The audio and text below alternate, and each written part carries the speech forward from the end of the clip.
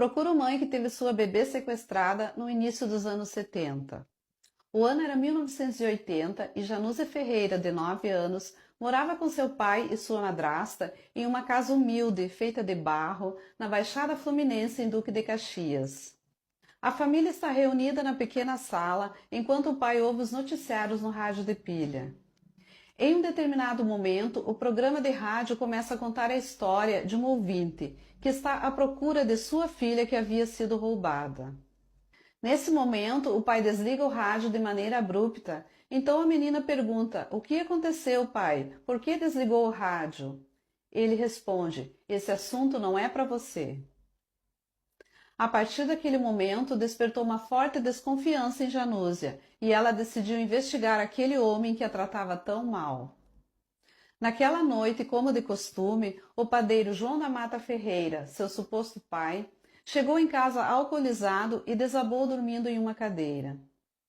Janúzia percebeu que aquele era o momento e pegou em seu bolso um molho de chaves, onde continha a chave de uma mala que ele costumava manter guardada em seu quarto. Ao abrir a mala, Janúzia encontrou vários papéis, entre eles sua certidão de nascimento, que ela rapidamente guardou em suas roupas, e também uma foto de uma bebê. Uma menina que, nas palavras dela, parecia uma princesa, com um vestido branco e usando brincos e pulseira de ouro. A criança estava dentro de um cesto de pães, em cima de um balcão de padaria. Ao vasculhar a mala, Janúzia encontrou também a pulseirinha que a menina usava na foto.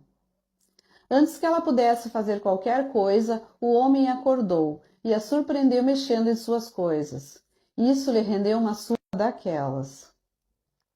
Naquela noite, Janúzia ouviria uma conversa daquele homem com a sua madrasta, que mudaria para sempre sua vida. Ele confessou à mulher que havia roubado a Janúzia, ainda bebê, como forma de vingança a uma mulher que não lhe quis. Ao se sentir rejeitado, ele raptou a filha dela. Mas que ela nunca iria encontrá-lo, pois ele fez uma nova certidão para a menina com outro nome. Disse que a mulher se chamava Vilma e teria outros 3 filhos. Contou ainda que precisou ficar um bom tempo escondido com a criança, pois a polícia estava procurando por ele. Janúzia conta que o homem a vestia como um menino até os 7 anos e não a deixava ir à escola, não podia brincar na rua ou até mesmo no quintal. Era só dentro de casa e a ordem era, se chegasse pessoa estranha, não era para sair do quarto. Passado alguns dias do episódio, veio o pior. O homem a chamou num canto para conversar e disse a ela que estava na hora dela seguir seu caminho e que ele havia vendido ela para um compadre seu. Um senhor de idade queria cuidar dela e ela deveria ser boazinha com ele. Nesse momento, Janúzia decidiu que ia fugir de casa. Com apenas 9 anos, ela colocou em sua cabecinha que ia procurar pela sua mãe. E saiu de casa sozinha no meio da noite, levando consigo somente a certidão de nascimento, onde consta um nome que agora ela sabia que não era o seu verdadeiro nome. Janúzia Ferreira, nascida em 6/12 de 1971 e registrada em 1972 somente no nome do suposto pai, João da Mata Ferreira, com 42 anos na época. Janúzia passou a perambular pelas ruas do Rio de Janeiro e parava as pessoas na rua para perguntar: "Você sabe onde está minha mãe?" Ela passou 2 anos vivendo na rua, até que conheceu uma mulher que a chamou para morar em sua casa e tomar conta do seu filho. Em troca, ela teria casa e comida.